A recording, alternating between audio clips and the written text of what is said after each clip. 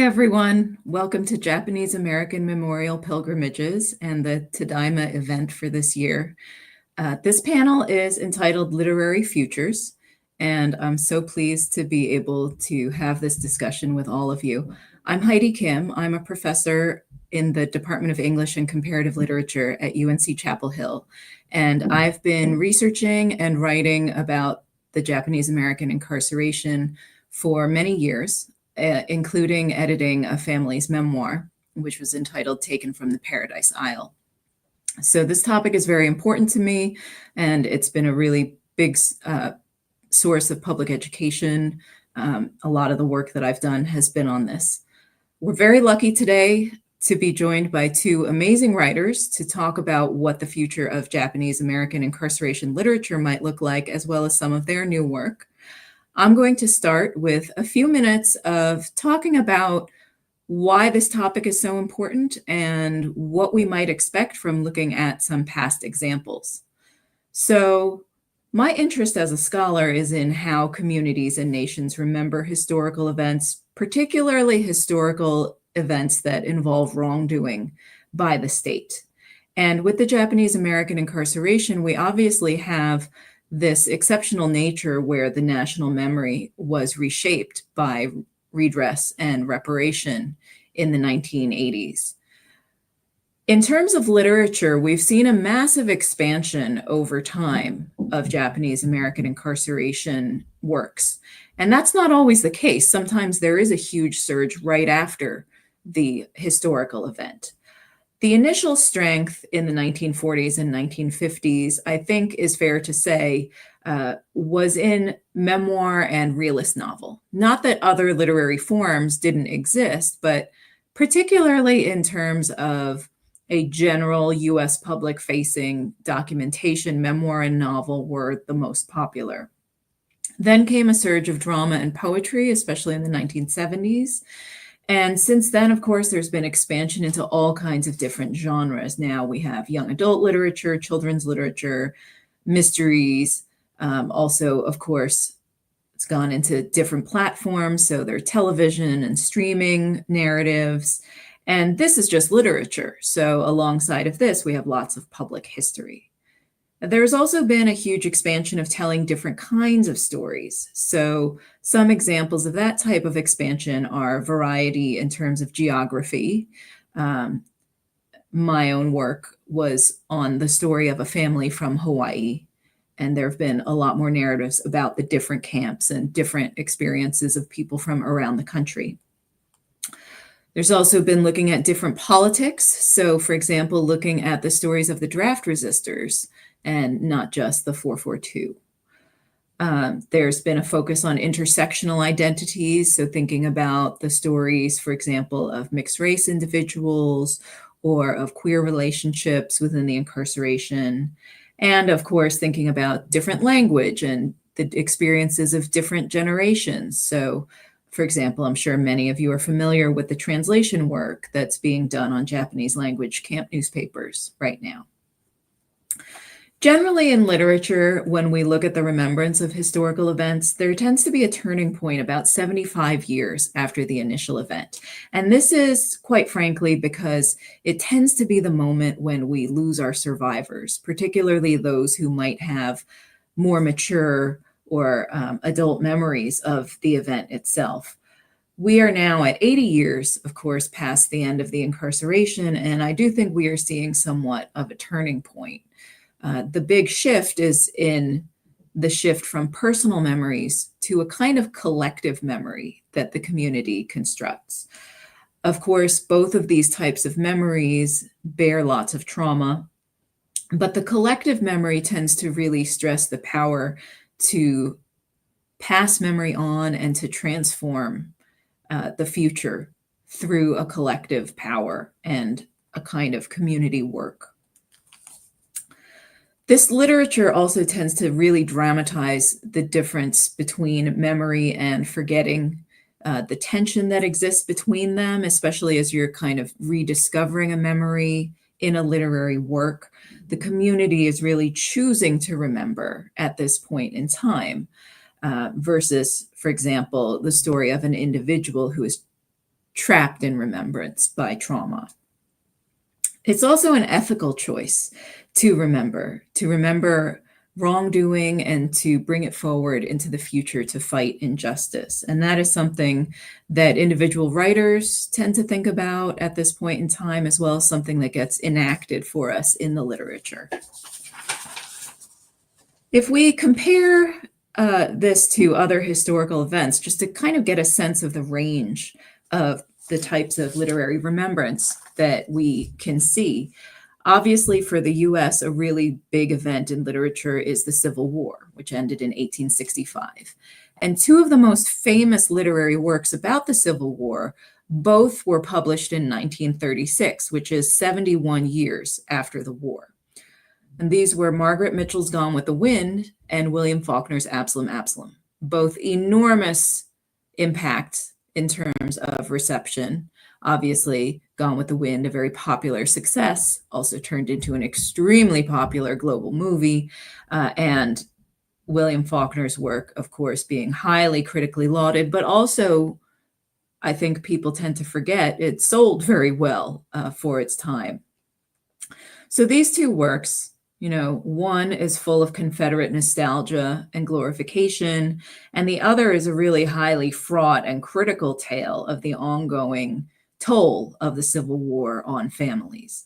So these both represented pivots, but in opposite directions, right? A pivoting in memory, in historical memory, and in an understanding of what the war meant. Importantly, I think for us to think about today, neither of these novels were any more about a kind of factual or authentic representation, right? They weren't dependent on a kind of realistic conveyance of what the Civil War was like. The Civil War was instead kind of a vehicle for other narratives that the authors wanted to put forth. To touch briefly on a couple of other and very different trajectories, if we think about the Holocaust, there was a much earlier turn to fantastic or speculative fiction in Holocaust remembrance. And I think that there are two reasons for this. One of my very wonderful PhD students, Sarah Workman, actually wrote a dissertation on this. We might think, first of all, of course, about the survivor rate, that there wasn't as much direct access to personal memory. And second is just the incommensurability of the experience, that it was of such extreme trauma that authors turned a little more quickly than with some other events to a less realist mode of literary writing. And third, we see a totally different phenomenon with the Spanish flu epidemic of 1918. So I recently taught a class on Catherine Ann Porter's novella Pale Horse, Pale Rider from 1939, which is one of the very few literary works that deals with the Spanish flu. There's shockingly little literature of it. We may yet see this with COVID. It's to be determined. And the theory here, nobody really knows, is just that it was so widespread that nobody really knew what to do with it, in a sense. Fortunately, that's not the case with Japanese American incarceration literature. We do have really good works, both past, present, and hopefully future. But it's a good reminder not to take it for granted that there will always be literary depiction of historical events, because that's demonstrably not the case. Our two wonderful guests today are both working in different genres and bringing new stories to different audiences. And I feel very lucky to be in conversation with both of them and glad you're here to join us. We're going to begin today first with talking to Philip Gotanda and then Kiku Hughes, and then we will bring them both together for a discussion that I'll kickstart and throw open to your questions. So please do be thinking of questions and type them in the chat anytime. We'll save them and start feeding them to our panelists at that point. Let me start by introducing our first guest. Philip Kan Gotanda is one of the foremost Asian American playwrights, as well as a musician, filmmaker, performer, and teacher. Among his best-known plays are Yankee Dog You Die, which was revived earlier this year at East West Players in Los Angeles, The Sisters Matsumoto, Johann, and the new opera Both Eyes Open, which had a second production earlier this year. He is known for his work across multiple genres and his broad collaborations with different performers and theaters. His work has been honored and supported by, among others, the Guggenheim Fellowship, the National Arts Club, the Pew Charitable Trust, the Lila Wallace Award, Rockefeller, and the National Endowment for the Arts. He received the Dramatists Guild Flora Roberts Award and their Legacy Playwrights Initiative Award. His collections of plays, No More Cherry Blossoms, and Fish Head Soup and Other Plays are published by the University of Washington Press. Philip, thank you so much for doing this. It's always such a pleasure to speak with you. It's my pleasure. Hi. Hi. We're going to just jump right in. So in your storied career, Philip, you have written about the incarceration multiple times, perhaps most famously in The Sisters Matsumoto, which, when did that premiere? Boy, I don't know. Maybe 20 years ago, I think. Okay, let's go with that. I'm sorry I didn't look it up. And now, of course, you've revisited it with your new opera, Both Eyes Open. Yes. What would you say are the essential elements you have tried to convey about the Japanese American incarceration? And has that changed for you, across the 20 years between these works? It's changed quite a bit. And I think it's because it's one of those things where you have the event, and then you have your internal self, and then you have the contemporary world that continues to change. And all of this kind of informs your memory of the event and how you reframe it in whatever your creative work is. I think one of the things I struggled with as far as Both Eyes Open is that, as everyone is aware, we live in a time that is so fraught that it is something that I know for myself personally, it just impacts my daily life. How I think about anything is always filtered through this kind of political pall that hangs over. And so when one approaches anything, I think one has to take into consideration if it's a historical event that you wish to tell and bring into contemporary times. I can't ignore what I feel right now. And what I'm feeling is that we live in a time of irreconcilable differences. That's what I feel. I was trying to think of a way to kind of frame it, and that we live within a space of irreconcilable differences. And if that's the case, then how might I approach telling a story? And in the case of the incarceration, I very much wanted to make sure that I reframe history so that it also reflects the contemporary times, the body politic, and what I feel, what I'm going through, and how that perhaps reframes the event. So Both Eyes Open is kind of it's everything that I was feeling, not really thinking about what I'd written before. It just was a matter of what comes out of me, given again the space of irreconcilable differences. So in Both Eyes Open, ultimately, the play is about kind of the soil of this country as being representative of what grows, what comes out of it. So in Both Eyes Open, the central character is a farmer, a young farmer in the late 30s. He's quite successful. He grows things in the San Joaquin Valley, which is some of the richest soil in the world. And it was reclaimed by a Japanese immigrant named George Shima. And he does quite well. The war breaks out. He's incarcerated.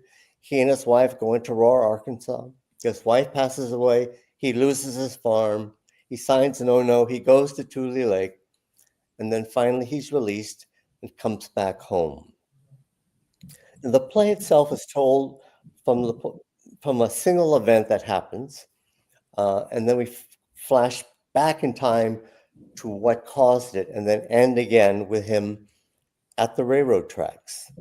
And this is based on a true event where a young man in Jerome, Arkansas, who was incarcerated there, walked out of the camp. He was able to get out, went to the railroad tracks, laid down, and committed suicide. And I happened to come across a photograph of this rather very brutal, uh, tragic event. And that became one of the starting points for the telling of this tale. So the idea of revival is kind of revolves around this particular incident. We go back in time and track through what happens with Jinzo that led to this moment. And then at the end, in real time, as the train approaches him, we suddenly freeze time. And Daruma, who's the narrator, it's kind of like the spiritual character, says, does he live or does he die? And then we're allowed to move into kind of meta time, meta world, where now I can make commentary on what is going on now in relationship to the incarceration of this particular individual. And so what he does at the end of the opera, I'm kind of jumping around, is it's all about the soil. He's a farmer. He loves the soil. He smells it. It's rich. At the end, he stands there alone in meta time, and he raises his left hand and he says, this is the soil from the San Joaquin Valley. It's rich, it's fertile, it's justice. And then in his other hand, he brings up the soil from Tule Lake, where he was incarcerated, injustice.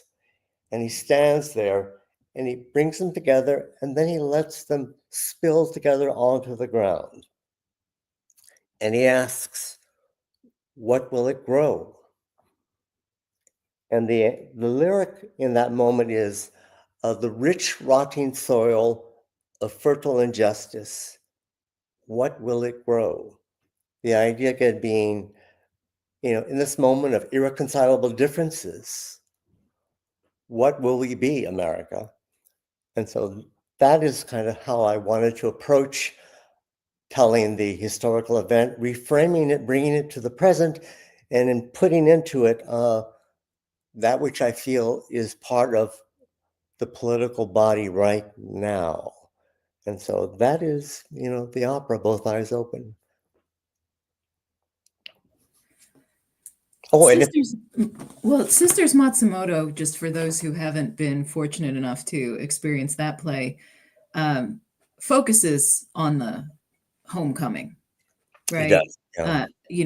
There's obviously mention of camp, but the play is very much set upon their return. Yeah. And I think, spoiler alert, it does end on a hopeful note, right? That there will be growth, right? That the family will continue to grow and expand in some way. I'm curious, what is it, do you think, that has continually drawn you as an artist to the pain and the difficulty of the homecoming? I think in the end, it's because the story, the event, the experience is not just outside of my body, something in books, in museums. It's rather inside my body, psychically embedded and being kind of passed on to me by my parents' experience. And I think Kiku is going to talk a little bit about that too, the idea of generationally how a psychic trauma can be passed on. And so for me, it doesn't go away. It's always there. And so when I try to talk about what is now, what stories I want to tell now, that is always going to be part of it. And so when you examine the actual historical event, the two of them kind of come together and I think provide me a moment when, a platform when I again can take this event that happened historically, that happens inside my body, and give it a fresh look. It gives new information. It allows me to approach it in a new way and hopefully allows audiences to enter from different vantage points to now begin to see history, to see what we're going through now in new ways, which is one of the things I feel about, writing about something like incarceration, I have to find a new way to tell the story. I have to offer new information. I have to feel that I'm also learning something new, as opposed to it being a museum piece, which I'm not interested in. That's important, retelling the story factually. But for me now, the idea was rather to, in this particular case, trace and track through the internal journey, the internal trauma, the psychic scarring of this particular individual, and how it travels through time and has everything to do with who we are now. So that Jinzo died, but he's also alive. I would say now we should look at an excerpt, maybe of Both Eyes Open. So it's a good time. Please. All right. I know we've got it queued up backstage.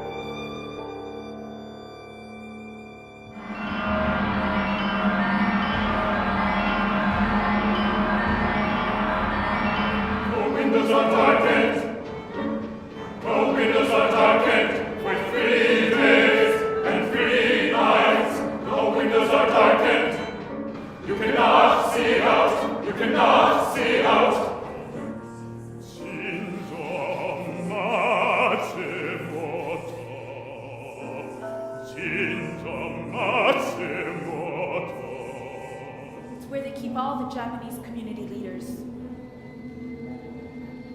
It's where they put you if you sign no, no. Maybe my father is there. You're going to sign yes, yes, or no, no.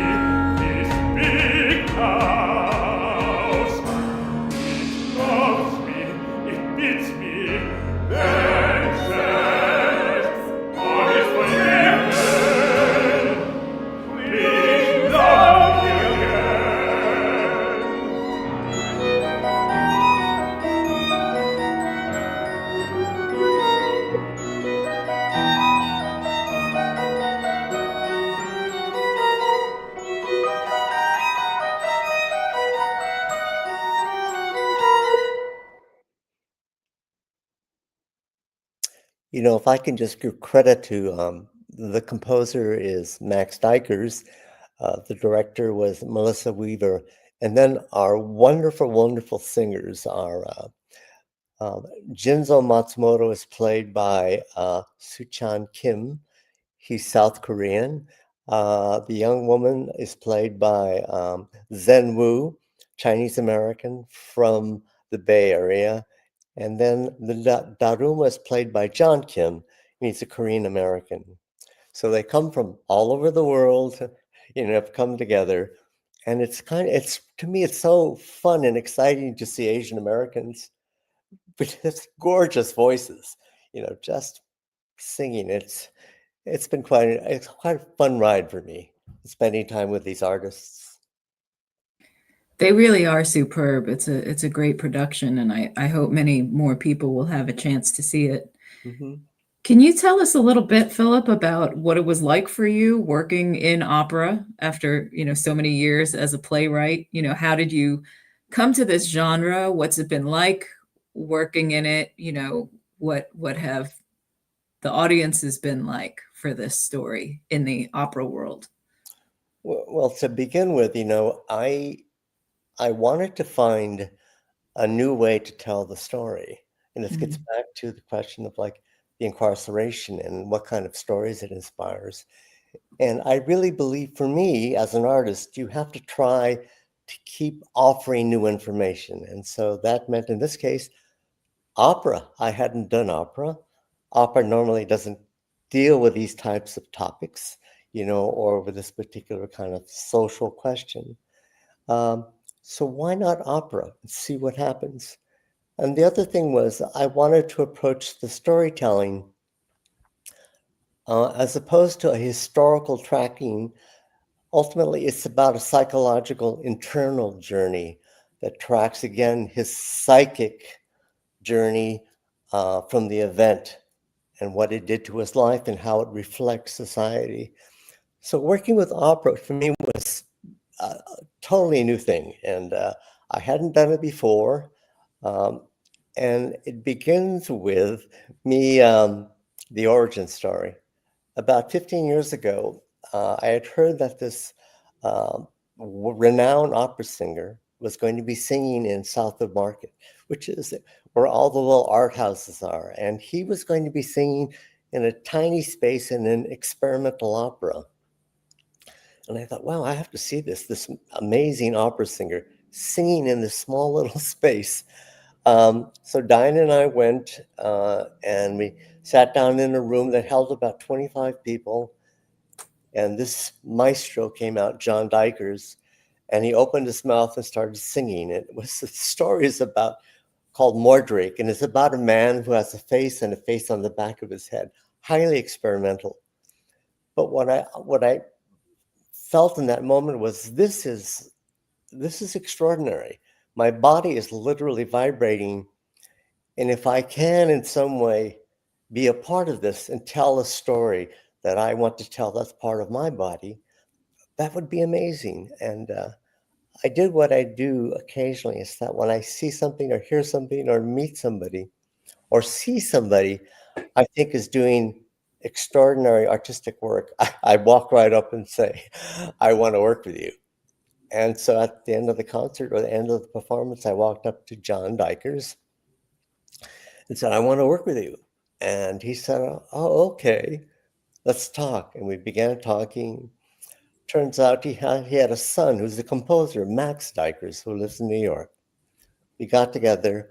I had this story that I wanted to tell, and we began working together.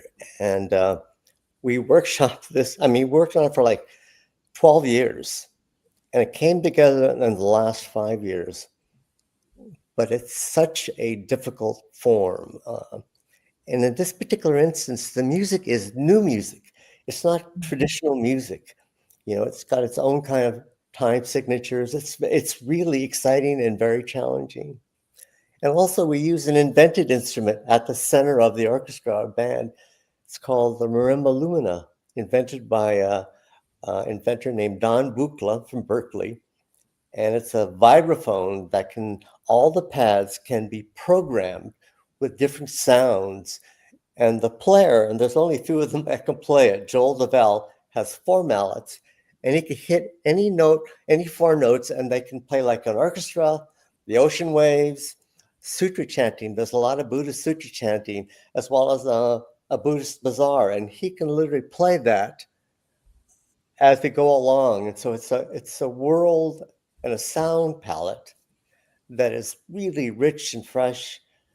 And as an artist, when you can enter into that and be a part of that, it's extremely exciting. And then too, when you can mine your own soul in terms of the story you want to tell, and you can bring it up to the moment of where you are basically conflicted about the world you're living in right now and all the conflicts that are going on, you can kind of put them all together and collaborate with other wonderful artists and put it out there.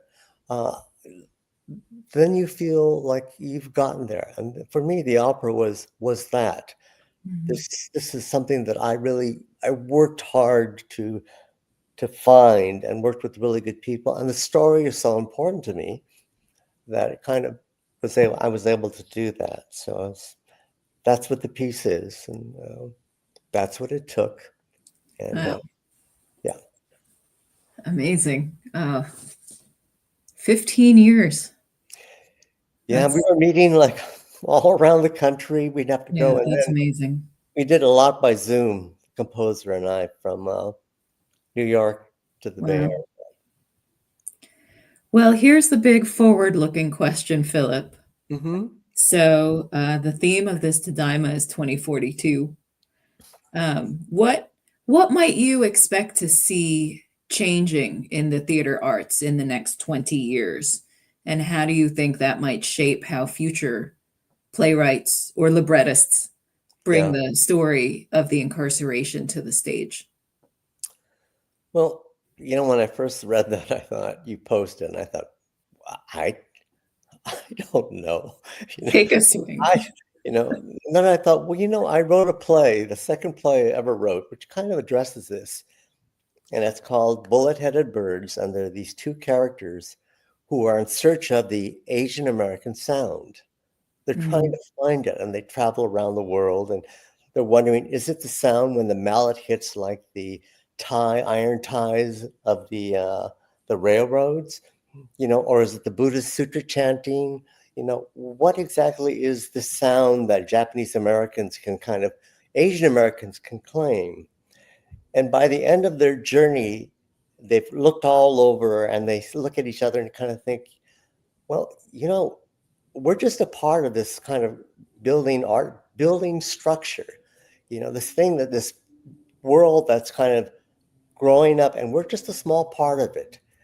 And that by the time it gets bigger and bigger and grows, it will look nothing like or sound like anything that we know. It will taste different. It will make different sounds. It'll look different. And so for me, the idea was, yeah, whatever it is, I sincerely hope that this accumulation, this focus of all this information, study, art, political struggle that people have put into surrounding this particular event, that people continue to build on it, and it may change its shape, form, sound, whatever, but that playing through it will have been this sort of like core and seed of something that you, myself, and Kiku have all participated in. So 42 years, is it 42, what, 2042, 2042, yeah. years from now, I don't know if I'll be here. I don't know what it'll look like, but it'll be a connection in some way, kind of a continuum. And I think you really have to ask Kiku that question. She would know far better than I. But it's really interesting to think about because I hadn't thought about it this way, right? But we're talking about the distance of time from Sisters Matsumoto to Both Eyes Open, Mm-hmm. and then from Both Eyes Open to, the next thing. Yeah. So it both is and isn't very long at all, No, depending on how you look at it. no, it's not. It's not that Yeah. long, and so much has happened. And if you're just looking at the through line and narrative of what it means to be Asian American in this country, that has changed so much. And we use like kind of core events like the incarceration and just to track it through to where we sit now, where in Sisters Matsumoto, it had kind of a promising and hopeful ending, Yeah. Or Both Eyes Open now says, we don't know. Yeah. Justice and justice, what will it grow? And Yeah. that's a huge turn. Well, thank you, Philip. Mhm. And you've given us a great transition also to bring on our next guest. I know. So let me introduce her, and we'll bring you back in a little bit. All right. Thank you. Kiku Hughes is a Yonsei cartoonist who is based in the Seattle area. Her first graphic novel, Displacement, was published by First Second in 2020 and was an APALA Literature Award honor title and an Eisner Award nominee. Her work explores themes of identity, queer romance, soft sci-fi, and anti-capitalist futures. And I also want to say it's a beautiful book, Displacement, and when my 7-year-old daughter found my copy on the couch, she picked it up and said, "Ooh, is this for me?" and walked off with it. So I highly recommend it to everyone. Kiku, thanks so much for doing this. Thank you so much, Heidi. It's already been amazing. I've loved hearing Philip's thoughts. Yeah, and I'm excited to talk. Yeah. So am I. It's been great to meet you and get to know more about your work. Displacement is, as I said, such a beautiful graphic novel, and it's one that's targeted really well to reach the important younger audience, though I would also recommend it for readers of any age. And it reflects on the topic of how future generations access family history and historical memory. Tell us a little about how this came to be and how you developed such an interesting, I'm not going to give too many spoilers, but a time traveling narrative, what we might call kind of speculative or fantasy based narrative. Yeah, I think I'm going to actually start presenting now. Oh, sure. Just so I can illustrate a little bit of what I'm talking about. So, yeah, Displacement is a graphic novel. It's a comic book about my sort of fictionalized version of myself being pulled back in time against her will to experience Japanese American incarceration alongside my grandmother, who was born in San Francisco and then taken to Topaz.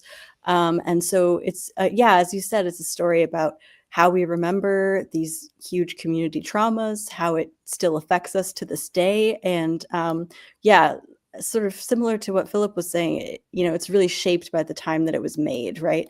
So I started, the idea for it came in 2016 during the first Trump election.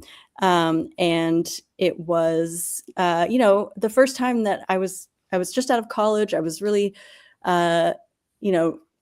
still trying to figure out who I was. And a part of that was figuring out what my relation was to the Japanese American community. I'll just share a little bit about my family before I talk more about the graphic novel. But this is my great-grandparents and my grandmother. And my grandmother was a violinist, and they all were taken to Topaz. And my grandmother died in the 1970s, so long before I was born and before redress. So she didn't really talk a lot about camp. She set very specific memories that sort of were passed down to me, but a lot of unsaid things, a lot of trauma that she never shared. And so Displacement really came about from this frustration or really this knowledge that I wasn't going to be able to know her life story. So I couldn't do like a direct biography of her life because there were just so many things that I would never have access to. So I could research all I wanted to about the camps, but her individual experience was lost to me and probably forever.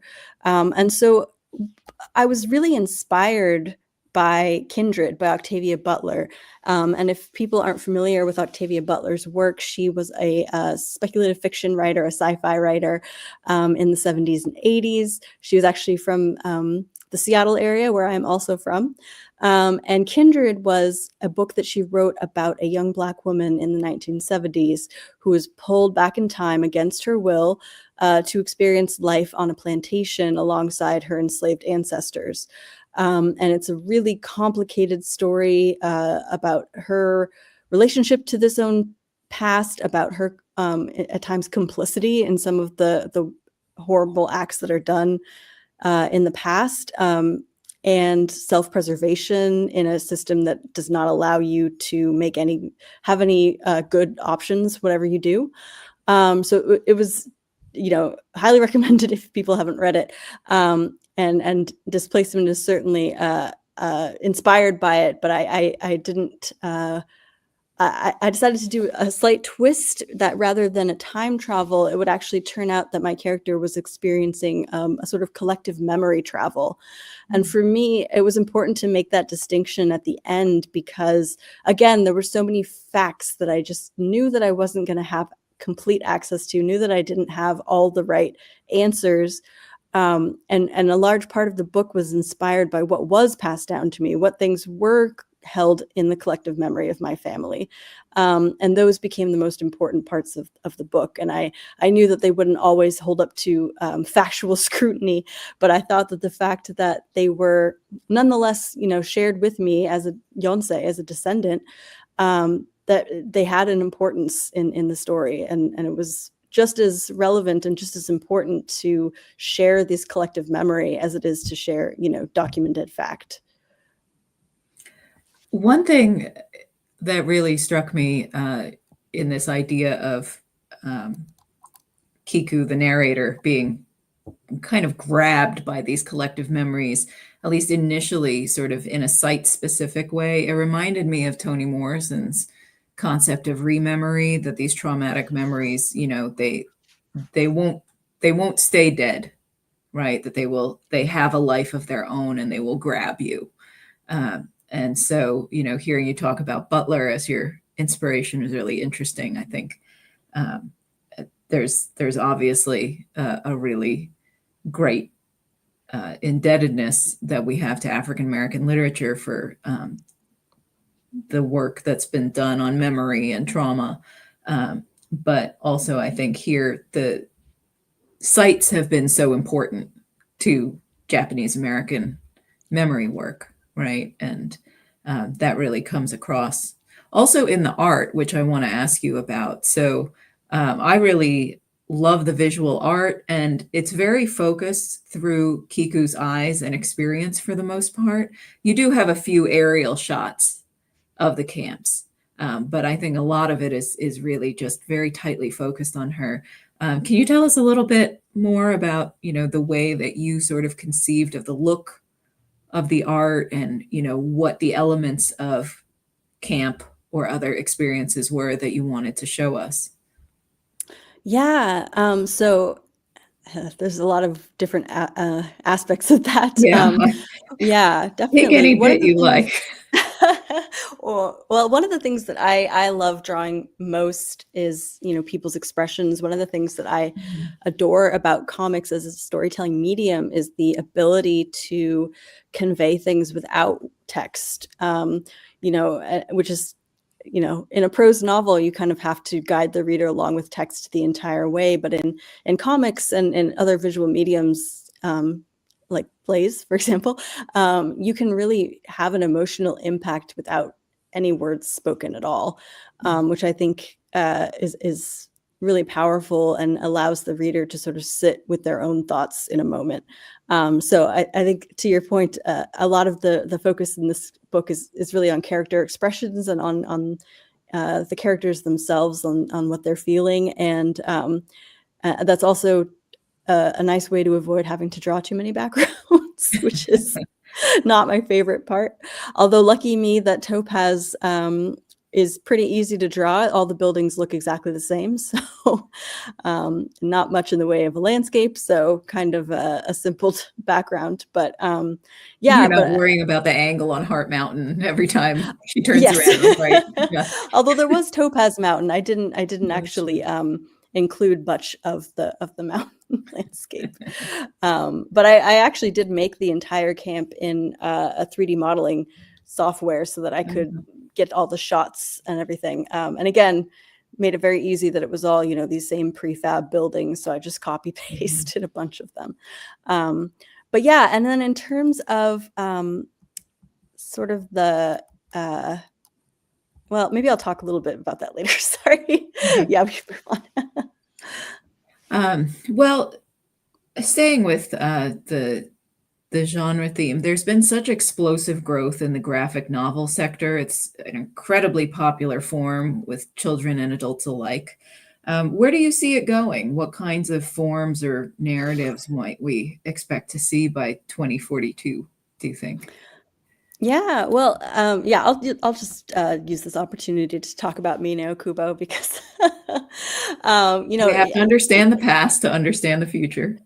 exactly. And one of the things that Mine Akubo wrote Citizen 13660. It was one of the first, if not the first, book by a Japanese American published about their experience in 1946. And she was an artist. She was a young woman who was an artist who was taken to the same camps that my grandmother was. So she was a hugely useful resource. But also, it was really inspiring to me to see her work. This foundational text of Japanese American memory was a comic book in so many ways because, she was illustrating and one of the most basic definitions of comic is something in which the illustrations and the words rely on each other to tell the full story. And you see that really clearly in Mine's work.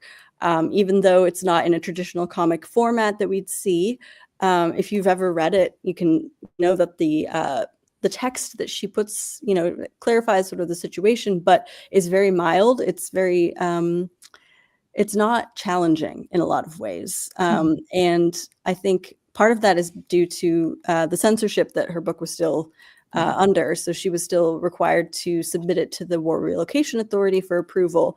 And I just think that she was able to put so much more information and passion and emotion in her drawings than in the text, knowing that the government was going to be more critical of the text than of the drawings, because frankly, they don't have a ton of artistic understanding. So I think, in that way, it really was a definition of a comic book. The illustrations are absolutely essential to understand what she's trying to say. And I love showing off some of these selections of her illustrations that really focus again on people's faces, on their expressions, and what people are feeling without saying in the text, the bathrooms caused a ton of shame in people, and people had to hide their faces and get find privacy in any way they could. She's very straightforward in the text, but in the drawings, you can see the way that it is affecting people. And so, yes, the foundation of the story has actually been comics the entire time, and comics were a huge source of escapism in a way for people in camp at the time too. And so I honestly think that comics are not a new way to tell this story. I think it's a very old way to tell this story. But I am grateful that comics have been treated with more, I guess, literary merit recently. I do think I'm excited about how comics are breaking into the more adults audiences, because it's still right now, I think, very much aimed at middle grade and younger audiences, which is great. I think it's a really good opportunity for younger audiences to learn some of these big and hard stories without having to read through academic papers. But but I do think there's a huge opportunity for some of the creative license and some of the really much more difficult stories told through comics for an adult audience. So that's one of the hopes that I have for comics sort of taking off as they have, is that adults will start understanding the unique storytelling method and appreciating it for adult stories as well. Specifically with the incarceration, I'm curious what kinds of narratives you still think need to be told, especially for a younger audience. So one of the great things I think about displacement is that it just very gently, I think it very sweetly includes Kiku experiencing same-sex attraction in the camps, maybe for the first time. It's not really spelled out, right? And it's very visual. You have to see it in her body language and her blush. And, I think those intersectional kinds of experiences, as I mentioned at the beginning, still need to be told. What are there others that you think are really important to bring out maybe in future work by you or by other people? Yeah, I mean, something that Philip said really resonated. You know, the way that we tell these stories of incarceration, of any historic story, is really shaped by where we are now, by what's going on in politics today, by what people are experiencing today. And I think, you know, since the original narratives of camp, you know, in the 1940s or even in the 1970s and 80s, you know, queer liberation has taken off and has become more political and more visual since then. And so I think, you know, as you say, that's one example of an expanded intersectional stories that we can tell. And I think, you know, as time goes on, different parts of the story will be teased out in other ways. Like I'm thinking of the Alien Enemies Act, which, you know, growing up, learning about incarceration and hearing about, you know, from my family and from textbooks and things, it's barely mentioned, the Alien Enemies Act. And now, of course, we see that it has been used again by the Trump administration. And so it becomes this really important part of the story. And even stories of family separation, you know, which was never sort of the predominant narrative about camp. You know, you think of camp is largely told as a story of families moving together, but we don't hear the stories of all the different separations that happened due to, you know, fathers being taken by the FBI, due to the loyalty questionnaire, and various other ways that families were separated. And again, it reflects the modern politics and what is relevant to people now. And I think that's a really amazing thing about a story as big as incarceration, is that it holds all these micro stories that can become relevant in different ways as we go. Some things that I always want to learn more about is the mixed race experience in camp. And I didn't include very much about it in Displacement, even though I am mixed race, because there just wasn't a ton of information out there about what people went through being mixed race, especially non-white mixed race, which I heard vague stories of it being very difficult for people that were non-white mixed race in camp. But I think those stories are yet to be sort of teased out and explored fully. Other stories that I would love to see more of, things like the Children's Village in Manzanar, what it was like to be a child that didn't even know that you were Japanese American until you were suddenly swooped up by the government and taken to a completely unfamiliar place with unfamiliar culture and people that you'd never met before. Same with the stories of Latin American Nikkei who were taken from Peru, from I think Mexico, and then just sort of abandoned in the US, and what can they do? You know, I think there's always more. All the research that I do, there's more and more things that I'm like, these stories are so rich and so under spoken of, I guess. Yeah. Well, clearly we've got a lot to do. So let's bring Philip back. Also because we're getting towards 8 o'clock. And I'll just ask one question to open up a kind of joint discussion. So we'll wait for Philip.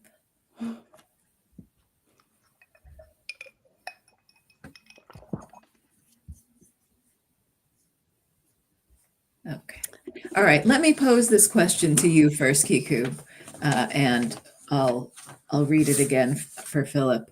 I'm going to just ask you how you think about audience. So when you're creating, right, especially when you're working on the Japanese American incarceration, which has had such a public education imperative, do you think about the audience, right, and what you want to say to them? And just to put it really bluntly, do you think more of the Japanese American audience who is familiar with this history and needs to work through it, perhaps? Or do you think about educating those who don't know it well or at all? Yeah, Or maybe I neither. think, yeah, I think for Displacement itself, I think I was writing largely for the non-Nikkei audience, and a big part of that was because I myself didn't feel Nikkei. It took a long time to sort of come to terms with my relationship to the Japanese American community and where I fit in there. And at the beginning of the process of writing Displacement, I felt very outside of it, even though I knew all the ways that the incarceration especially had affected me and was still affecting me. And so I think because of that, a large part of my thinking was, you know, people who don't know the story as intimately, I guess, as I do, but who still but who still want to learn. I wanted to make it accessible and I guess multi-layered version of stories that I'd grown up hearing, I guess. But in the future, I would love to direct, you know, have a work that leaves things unsaid. Philip, how about you? How do you think about the audience when you're creating? You know, I write with the idea that my earlier works provided information. I talked about things that I wanted to talk about. And then as time went on, my sense is, well, that's not my responsibility to make people catch up. Rather, I need to continue writing and working from where I am, and hopes that people will catch up or the society will change, and that one won't have to kind of figure out how to tell the past so that you can tell the present. So I tend to write now with the idea that I'm not even thinking about the audience. You know, it really just starts with me inside of me, and whatever comes out, comes out. And I'm hopeful that people will listen. And I find out recently that not all the time will people listen, you know, but you keep on producing, and that's what you do. So I don't think about it that much anymore. I rather just try to tell my story. It strikes me that for both of you, the visual realm provides a way to maybe give little bits of information without having to stop and be didactic about it in the words, right? So Kiku, obviously, you can draw in the background and did, in fact, in Displacement, draw in the background little bits of historical documents, right? Things like that. Philip, I assume that you didn't design the projections yourself, but likewise, right? That there are historical documents and photos shown, Yeah. right? And there's an opportunity for maybe footnoting, in a sense, Yeah. the libretto. Yeah. Well, in terms of how to tell a story, you know, I love to use images, which are in the theatrical form, the way you do your illustrations. So the ending of the opera, I thought I'd like to do a gesture rather than have anything said or spoken or any music. So in complete silence, the farmer is kind of standing there, and he begins to dance. And he recreates a dance that his father taught him. And he doesn't know what it means. He doesn't even know if it's Japanese, but he just begins to dance, you know, in silence.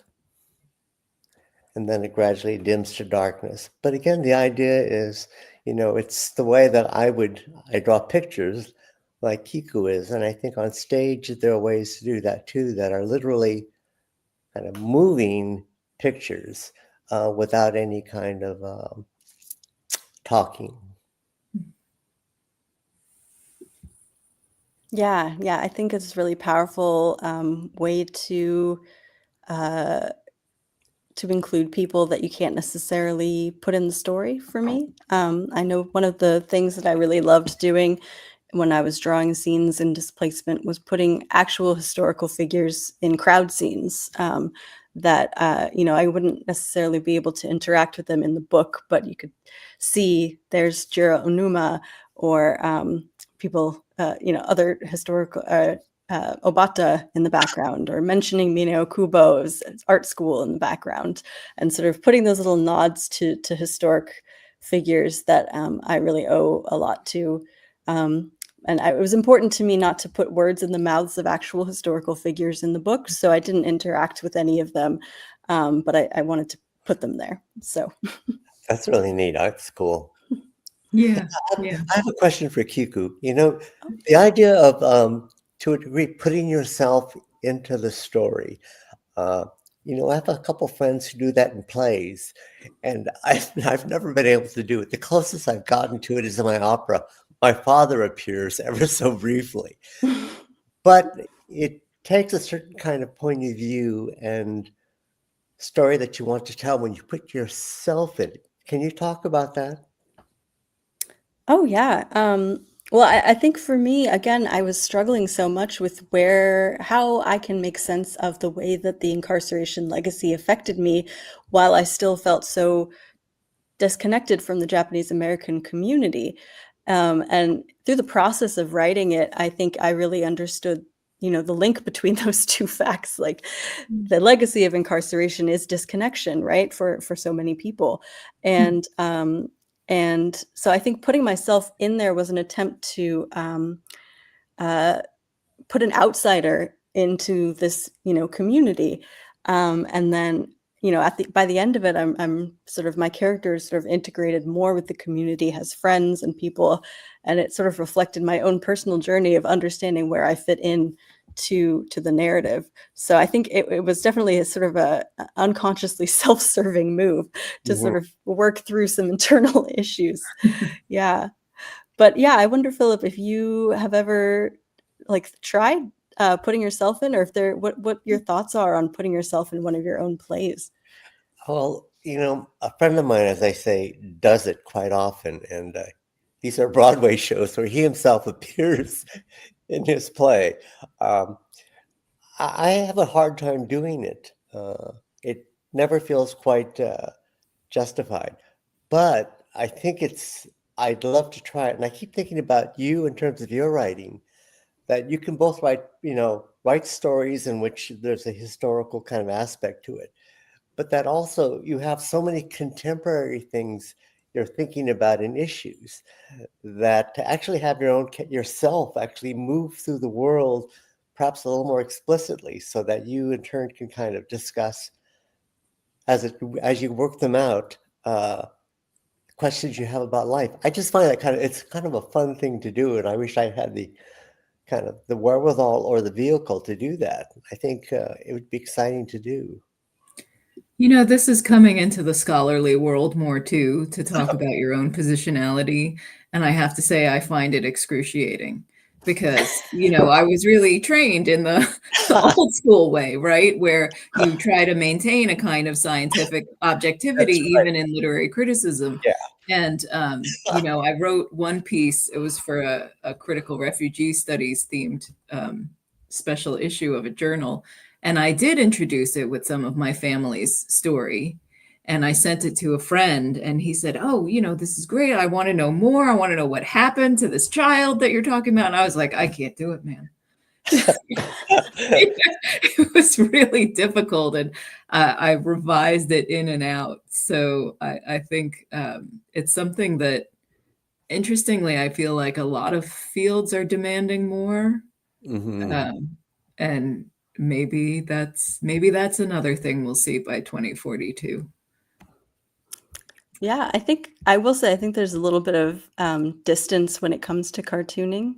Hmm. It's not Mm. literally me. It is a character that I sort of based on myself, but I don't have to look at my own face. I've made a little cartoon version of it. So, and I think some of the distance from my own family story, being Yonsei and not getting to talk directly to my grandmother, made it a little bit easier to sort of put myself in a situation, because again, I felt I was an outsider in a lot of ways.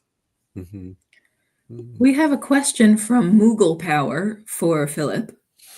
Do you have plans for more operas about the incarceration or other topics centered on the Nikkei experience? And also, how can we encourage other Japanese Americans to get more involved in opera? That's an interesting question. How can we Yeah, build the pipeline, so to speak? that part of the question interests me. And there was a review that was written about the opera, and he was from the Nichibei, Mm, and he talks about how it was a form for him that he wasn't aware of or he wasn't accustomed to, that so much of it was experimental and that he wasn't familiar with. And yet, as he experienced it, it grew his world in terms of how he heard a story and how artistically it was expansive.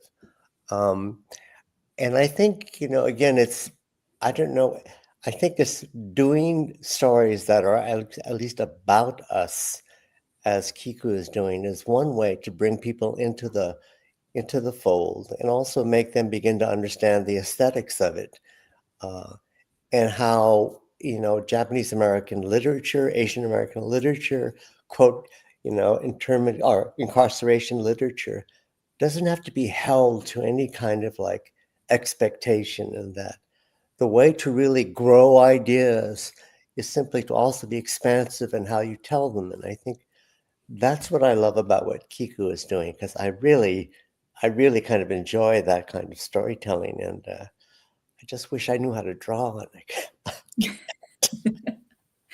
I think you've worked in enough genres, Philip. Okay. I think we needn't add drawing Okay. to the list. It's cool. We have a really lovely question here from Monster Potato, which I actually think is a great question to both of you to end on.